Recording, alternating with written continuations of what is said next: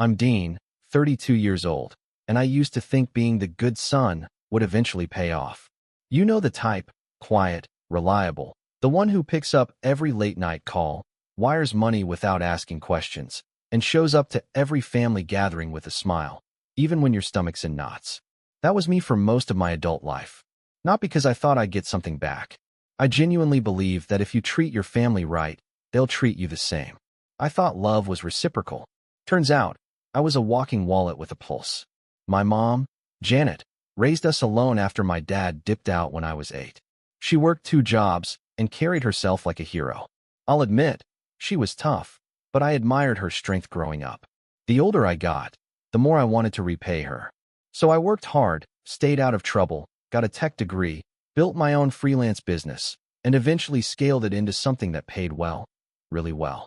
By 27, I was making 6 figures. By 30, I had my own company with 2 full-time employees and a pipeline of clients that didn't stop. I was living comfortably, and I didn't hesitate for a second when I had the chance to give back. The first big thing I did was buy her a house. Nothing fancy, just a cute 3-bedroom in a quiet neighborhood with a big backyard for her dog, Jasmine. I paid it off in cash. No mortgage, no debt. I handed her the keys and told her she never had to worry about rent again. She cried in that moment, told me I was her angel, her rock. And I believed her. A year later, I officially retired her. Told her to quit her job and just relax. She was 59, her knees were shot from years of standing on concrete floors, and she hated every second of her retail job. So I made sure all her bills were paid on time. Utilities, car insurance, groceries, even her health insurance. Every single month, I deposited money into her account and never missed. I even got her on a new phone plan and added her to my family Netflix, Spotify, and Amazon Prime accounts. I thought that was love in action. That's what family does, right? Then there's my brother, Kyle. He's 2 years younger than me and the complete opposite. Dropped out of community college after 2 semesters. Never held a job longer than 6 months. Lived with mom well into his late 20s, sleeping until noon, gaming all night, racking up speeding tickets and overdraft fees. Somehow, no matter what mess he made, mom would swoop in and fix it. She co-signed his car. She paid off his credit card debt, just this once, at least 5 times. And when I gently tried to ask why he never had to face consequences, she always gave the same answer. He's just going through a phase. He'll grow out of it. That phase, by the way, is still happening at age 30. He's never left home. He's still living off her credit card. Still doesn't work. Still has excuses. But mom insists he's finding himself and that I should stop comparing him to myself. As if that was ever the point. The thing is, I never said anything. Not really. I kept showing up. I kept paying the bills. I kept being the good son. Because I didn't want to be petty or jealous. I just wanted peace. But deep down, I think I always hoped she'd eventually see the difference. That one day she'd pull me aside and say, "Dean, thank you for everything. I'm proud of you." That day never came. Instead, a few weeks ago, we had a big family cookout at her place. I'd organized the whole thing, paid for the catering, bought the new patio furniture she said she wanted, even hired a guy to come mow and edge the lawn that morning so everything looked nice. Everyone came. Aunts, uncles, cousins, a few of Kyle's friends who conveniently showed up just in time to eat. I didn't mind. I was in a good mood, just happy to see everyone together. At one point, I was standing on the deck with a beer, chatting with my cousin Laura, when I heard my name being called from the backyard. I turned and saw my mom standing by the grill, laughing with a group of relatives. "Dean gives us nothing but headaches," she said, loud enough for everyone to hear. I wish he was more like Kyle. For a second, I thought I'd misheard. But then she said it again, shaking her head like I was some burden she'd been dragging behind her. Kyle never complains. He just goes with the flow. Dean always has to make everything so serious. There was this pause, like the entire backyard took a collective breath, and then everyone laughed. Even Kyle, who was leaning against the fence, arms crossed like he was soaking it in. I don't know how to describe what I felt. Embarrassment? Sure. But mostly just hollow. Like something cracked open inside me, and everything spilled out at once. All those years of late-night transfers, canceled vacations, stress migraines from overworking to make sure she was okay. Just erased with one careless comment and a chuckle. I didn't say anything in that moment. I smiled, took a sip of my beer, and walked back inside the house. I needed a second. Maybe more than a second. I stood in the kitchen, staring at the fridge, listening to the laughter from outside grow louder. And for the first time in my life, I asked myself something I never had before. What am I actually doing this for? Not long after, Kyle came in to grab another plate. He didn't even look at me, just muttered, "Man, you really pissed her off last week when you told her not to use your credit card for Amazon. Maybe just let her buy what she wants." That's when I knew it wasn't a misunderstanding.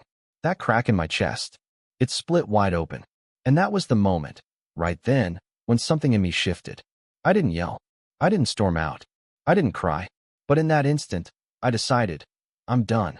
And if she thought I gave her nothing but headaches, well, I was about to show her what it really looked like when I stopped giving anything at all. Let's just say, the fallout was louder than I expected. And it ended with blue lights flashing in her driveway. I didn't leave the cookout right away. I probably should have. I should have packed up my pride, driven home, and let the silence speak louder than anything I could say. But I didn't. I stood in that kitchen for a long time, staring out the window over the sink, watching my mom toss paper plates into a trash bag while laughing with Kyle like nothing had happened. Like I wasn't even there. I kept hearing her words on repeat. "You give us nothing but headaches. I wish you were more like your brother." Each time they echoed in my head, they took on a new shape. At first, I thought it was just a bad joke. Then I thought maybe she was trying to impress the relatives, exaggerating like she sometimes did. But no matter how I tried to reframe it, it kept boiling down to the same ugly truth. She meant it. That wasn't a one-off comment. That was what she believed. After a few minutes, my cousin Laura came in, concern etched all over her face. "Dean, you okay?" she asked quietly. I don't think she meant it like that. I forced a smile. "Yeah, I'm fine." But I wasn't. Not even close. I stayed until the end of the party. I helped clean up, took down the folding tables, bagged the trash, and even loaded leftovers into Tupperware like a good little helper. I didn't say a word about what happened. Not to my mom. Not to Kyle. Not to anyone. Because at that point, I wasn't angry. I was stunned. Stunned at how easily years of sacrifice could be erased with one sentence. Stunned that no one, not even Kyle, had stepped in to say, "Hey, that's not fair." I realized in that moment that no one ever would. 3 days passed. I didn't call. I didn't text. I didn't send her the usual money transfer on the first of the month. I figured she'd reach out, ask if something was wrong, maybe even apologize. But no. On the 4th day, she messaged me a single line. "Did the bank mess up the deposit?" No hi. No hope you're okay. Just an expectation. That's what I was to her now. A standing order. A human auto-pay system. And when the money didn't arrive on schedule, she acted like it was a glitch. Like I was the problem. I stared at that message for a long time before responding. I typed out a dozen drafts, each more bitter than the last. In the end, I just wrote, "No deposit this month.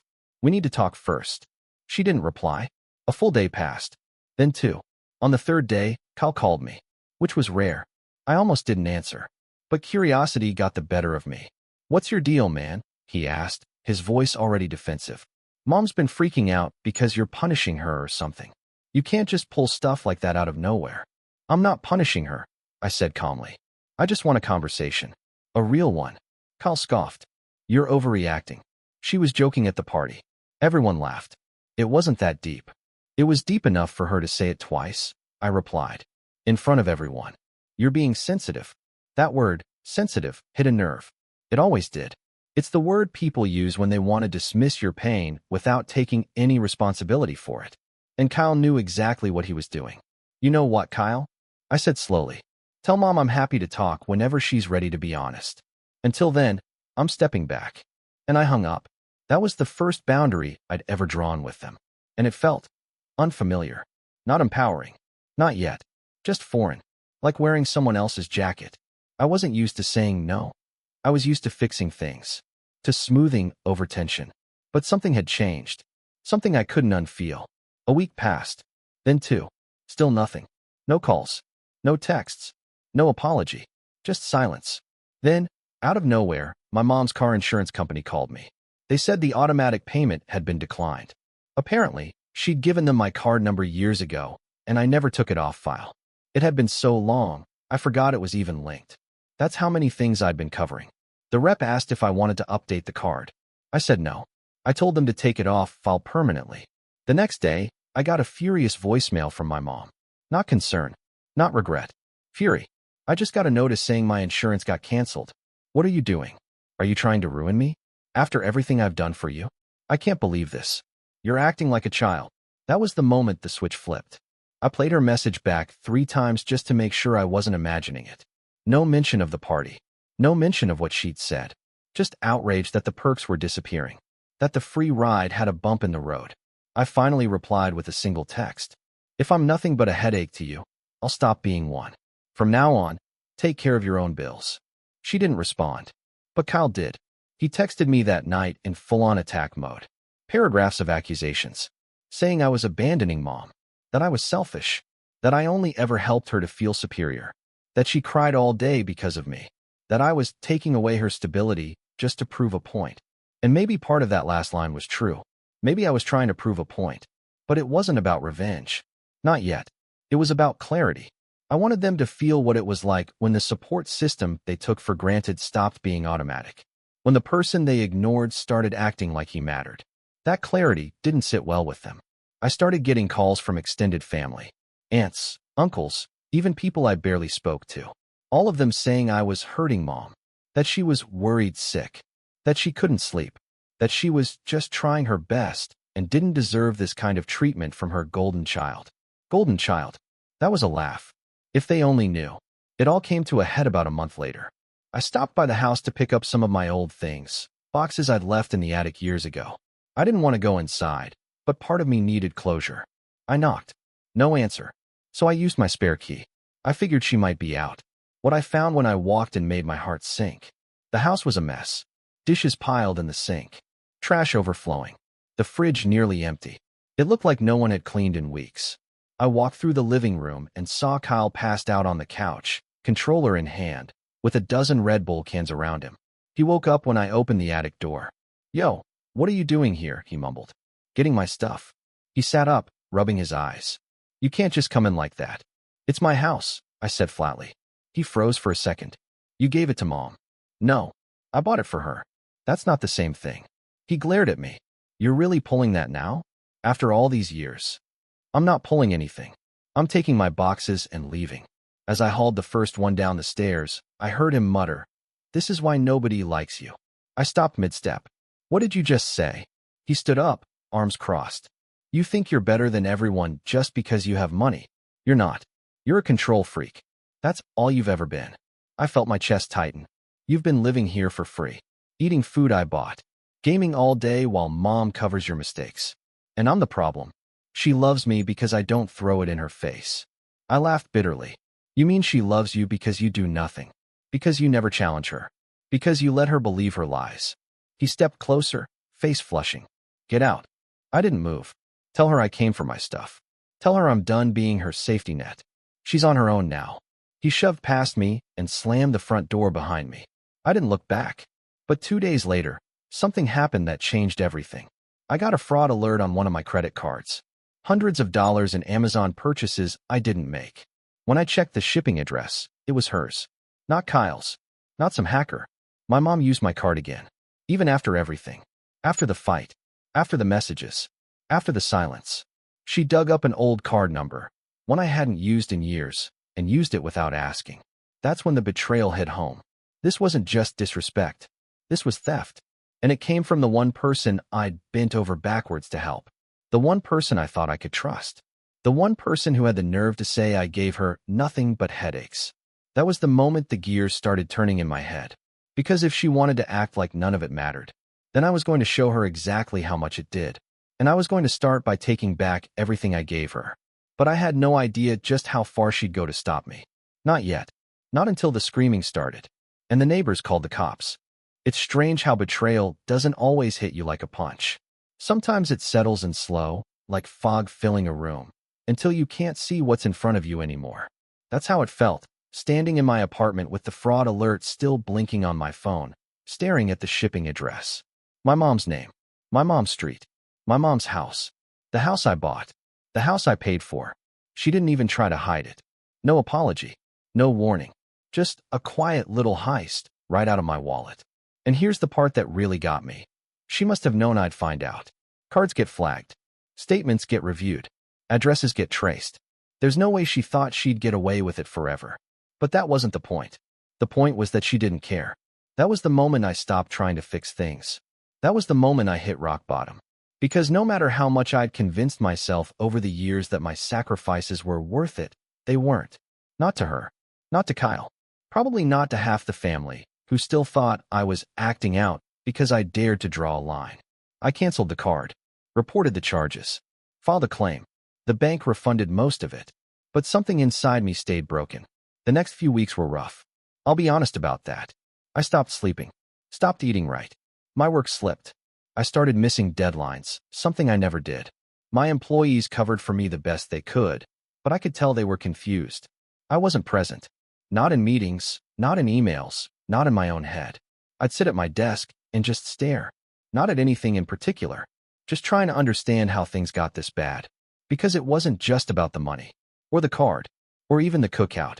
It was about being invisible. I'd spent so long trying to earn love that I didn't realize how transactional it had become. And when the transaction stopped, so did the love. That realization cut deeper than anything else. For a while, I spiraled. I didn't go out, didn't return texts, ignored calls. My apartment turned into a disaster zone. Empty takeout containers, laundry piling up, unopened mail stacked on the counter. I'd always thought of myself as the put-together one, the stable one, the one who didn't let things fall apart. But now, I was wrecked, and still not one call from Mom. Not even a fake, "How are you?" Just silence. Kyle texted me once during that time. Just one sentence. "You happy now?" I blocked his number. Eventually, my assistant, Claire, pulled me aside during a Zoom meeting. "Dean," she said gently, "do you want me to reschedule this week's clients?" I blinked at her. "What? No. What? You haven't sent over the edits for the Montgomery pitch. And you missed the strategy call yesterday." I looked at the calendar. She was right. I hadn't even noticed. Claire hesitated, then added, "You don't have to tell me what's going on. But if you need time, take it. We'll manage." That kindness almost broke me. After the call, I shut my laptop and sat in silence. Then I got up, grabbed the trash, and started cleaning. Slowly, like my body was waking up from a coma. I did the dishes, took out the recycling, ran a load of laundry. It wasn't much, but it was a start. Later that night, I went for a walk. It was cold, the kind of cold that stings your cheeks and clears your head. I left my phone at home. No music, no distractions. Just me, my breath in the air, and the sound of my shoes on the pavement. That walk turned into a habit. Every night, I walked a little further, thought a little clearer. And somewhere in the middle of all that movement, something started to shift. I began writing again, not for work, not for clients, but for myself. Nothing fancy, just a notebook and a pen. I wrote everything I was feeling. The betrayal, the anger, the years I lost trying to be enough. And as I wrote, I started to see patterns I hadn't noticed before. I saw how I'd made myself small to keep the peace. How I'd tolerated insults disguised as jokes. How I'd convinced myself that giving endlessly would eventually buy me respect. And worst of all, how I'd never asked for anything in return, not even basic decency. That realization hit me like a freight train. I wasn't just hurt. I was complicit. I let it happen. I trained them to treat me this way. But now I was done. The rise didn't happen overnight. It never does. But it did happen. The first real step came when I decided to separate emotionally and legally from my mother. I met with a lawyer, someone who specialized in property law and family disputes. I laid everything out on the table. The house, the bills, the fraudulent charges. She listened quietly, then said, "You've got more control than you think." I learned that while I'd gifted the house in practice, the deed was still under my name. I'd never transferred ownership. Part of me had always wanted to, but something held me back. Call it instinct. The lawyer raised an eyebrow. "That's good. Because if you want to remove someone from the premises, you can. You're the legal owner." That sparked something. I didn't move on it right away, but the seed was planted. In the meantime, I focused on rebuilding my business, reconnecting with old clients, delegating better, creating structure. Claire was a godsend. She handled more than I ever realized. With her help, I restructured our contracts, raised our rates, and brought on 2 new freelancers to lighten the load. Money started flowing again. Not just flowing, growing. And for the first time, I started spending it on me. I booked a weekend trip to the mountains. Stayed in a quiet cabin. No Wi-Fi. Just books, coffee, and a fireplace. I didn't tell anyone where I was going. I just went. And it felt like exhaling after years of holding my breath. Back home, I started therapy. I found a guy named Alan. Older, calm, the kind of voice that could talk you off a ledge without raising a decibel. He helped me unpack the emotional knots I tied myself into. The guilt, the people-pleasing, the fear of being unloved if I ever said no. One day, during a session, he asked, "What do you think love looks like?" I didn't know how to answer. So he asked again, what would it look like if it wasn't transactional? I sat in silence for a long time. Eventually, I said safe. I think it would feel safe. That answer stayed with me. And it made me realize that what I'd been chasing with my mom and Kyle wasn't love. It was validation. And that's not the same thing. So I stopped chasing. I didn't tell them about the therapy, or the legal consult, or the business wins. I didn't post anything, didn't call, didn't rub it in. Because this part of my life, it was mine. And for once, it didn't revolve around trying to win anyone over. Then, one morning, weeks after that fraudulent charge, I got an envelope in the mail. No return address. Just my name, scrawled in handwriting I recognized immediately. It was a letter from my mom. For pages. Handwritten. It started with, "I don't know why you're doing this to me. Not I'm sorry. Not I miss you. Just blame." The letter went on to say that she was struggling. That the house needed repairs. That Kyle had been doing his best, but things were falling apart. That she felt abandoned. That she never thought I would be the one to turn my back on family. At the bottom, she wrote, "I gave you life. The least you could do is make it easier for me to live it." That sentence, it stuck with me for days. Not because it was true, but because it revealed everything. She didn't see me as a person. She saw me as a utility. And that was the final confirmation I needed. I folded the letter, tucked it into a folder, and placed it in my desk drawer. I wasn't going to rage, or scream, or throw things. No, I was going to do the one thing that scared them the most. I was going to take back control, and I already knew exactly how I was going to start. By visiting my house, and serving an official notice. But before I could do that, something happened that shook everything loose. Something that took the entire situation from a quiet family drama to an explosive, public disaster. And it started with a call from a neighbor. A woman named Trish. I hadn't heard from her in over a year. But her message? It chilled me to the bone. "Dean, I don't know how to say this, but the cops are at your house." When I saw Trish's name flash on my phone, I almost didn't answer. She was my mom's next-door neighbor, the kind that always noticed when someone parked a little too close to the curb or let their grass grow half an inch too long. But she was nice to me. Always had been. She used to bring over pies during the holidays, back when I still visited. She even gave me a thank you card the week I surprised my mom with the house, saying it was so nice to see someone taking care of their mama. So when I picked up and heard her say, "Dean, the cops are at your house," I froze. "What happened?" I asked, heart already pounding. "I'm not sure. They pulled up about 10 minutes ago. Loud knocking. Flashlights in the windows. Looked like they were trying to talk to your brother. He wouldn't open the door at first." My mouth went dry. Did someone call them? I don't know. I didn't. But something's going on. And, listen, I probably shouldn't say this, but Kyle's been having some real sketchy people over lately. Lots of noise at night. Arguing. I've seen cars I've never seen before, staying just 10, 15 minutes. In and out. That stopped me cold. I hadn't set foot near that house in almost 2 months. I hadn't even driven past it. I'd emotionally detached myself so hard, it almost didn't feel like mine anymore. But now, with police standing on my porch, it suddenly was my house again. In every legal sense. "I appreciate the call, Trish," I said. "I'll handle it." I hung up and just sat there. That was the moment everything crystallized. The years of quiet tolerance. The slow unraveling. The way my generosity had been twisted, abused, and weaponized against me. All of it came into focus, sharp and bitter like cold wind across an open wound. And I knew, right then, that the time for hesitation was over. I wasn't going to ask nicely anymore. I wasn't going to wait for them to find their conscience. I was going to take everything back. And this time, I was going to do it my way.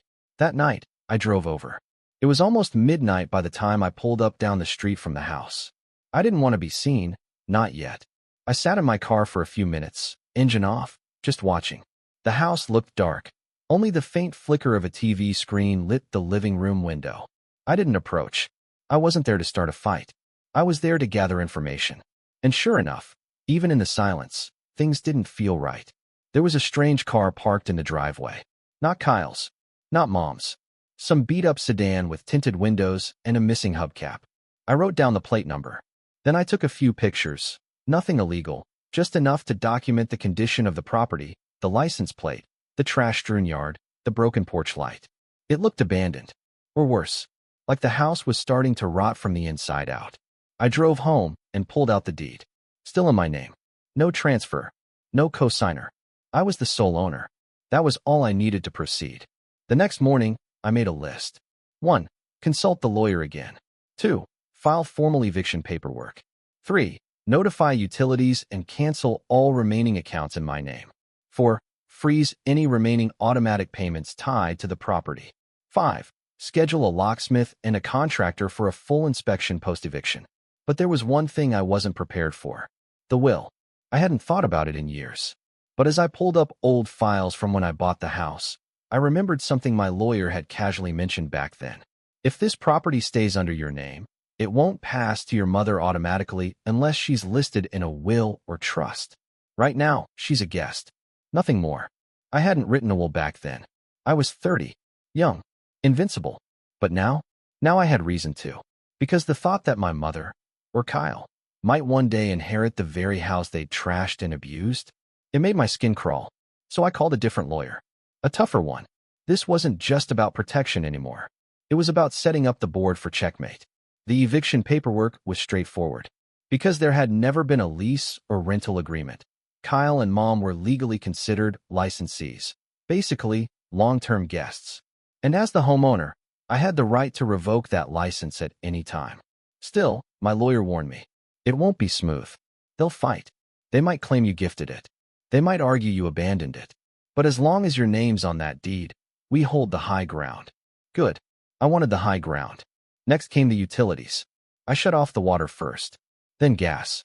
Then electricity. Not immediately. It takes a few days, but I scheduled everything. And I made sure the notices would be mailed directly to the house. Let them see it in black and white. Let them feel the floors shift beneath them. Then, I contacted the bank that still held the insurance policy. Told them to suspend coverage due to property misuse. Then the contractors. I hired a team to do a full walkthrough and inspection after the eviction cleared, just in case there was damage I could file a claim for. And then, I got to work on the will. I named a charity as the sole beneficiary of the house, should anything happen to me. I set up a living trust to bypass probate. And I added a clause. No blood relative who has previously resided in this home shall have legal claim to its contents, equity, or future sale proceeds. That felt good. No, that felt right. 3 days later, I filed the eviction. The notice had to be served in person, so I hired a process server. And here's where things got theatrical, because Kyle didn't take it well. According to the server, Kyle answered the door in pajama pants and a gaming headset, saw the envelope, and yelled, "Seriously? From Dean." The guy just said, "I don't ask questions. I just deliver." Then Kyle tried to slam the door and throw the papers back, but the server had already documented the delivery. It was official.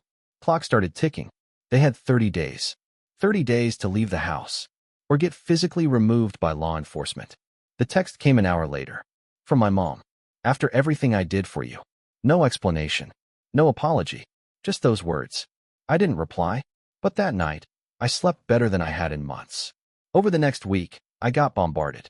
Blocked numbers. Voicemails from unknown callers. Facebook messages from distant cousins I hadn't heard from in years. All of them suddenly very interested in how cruel I was being to my poor, aging mother. I didn't respond to any of them, but I kept records. Screenshots. Voicemails. Everything. Because I wasn't playing defense anymore. I was preparing for the storm. And oh, it came. Just not how I expected.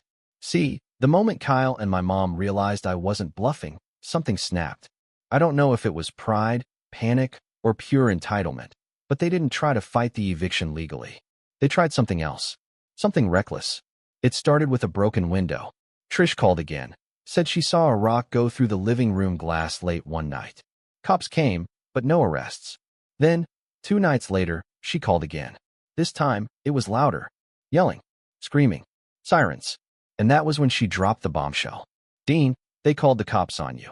Apparently, Cal told the officers I was threatening them. Said I'd been harassing them. Said I was abusing an elderly woman. All lies, but loud ones. The officers didn't arrest anyone, but they documented it, which meant I had to do the same. I called my lawyer, filed a counterstatement, submitted my own evidence, and then I made the final call. I scheduled the locksmith, not for that day, but for the day after the eviction clock ran out, the day they were supposed to be gone. And if they weren't, well, I'd already filed the motion for physical removal. Let the sheriffs handle it, because I wasn't playing hero anymore. I was done being the good son, and if they thought they could bluff and scream their way out of this, they had no idea who they were dealing with, because I hadn't just taken back control. I had the law, the keys, the house, and something more dangerous than any of that, a plan. The morning of the eviction, I stood across the street in my car, windows rolled up, coffee in hand, watching the house I once bought as a gift become the stage for a reckoning I never thought I'd have to deliver. 8:58 a.m. The sheriff's deputies rolled up right on time. They weren't in a rush. No sirens. Just 2 officers in 10 uniforms, 1 male, 1 female, both calm and unreadable, like they'd done this 100 times. Because they had. They weren't here to play therapist or referee.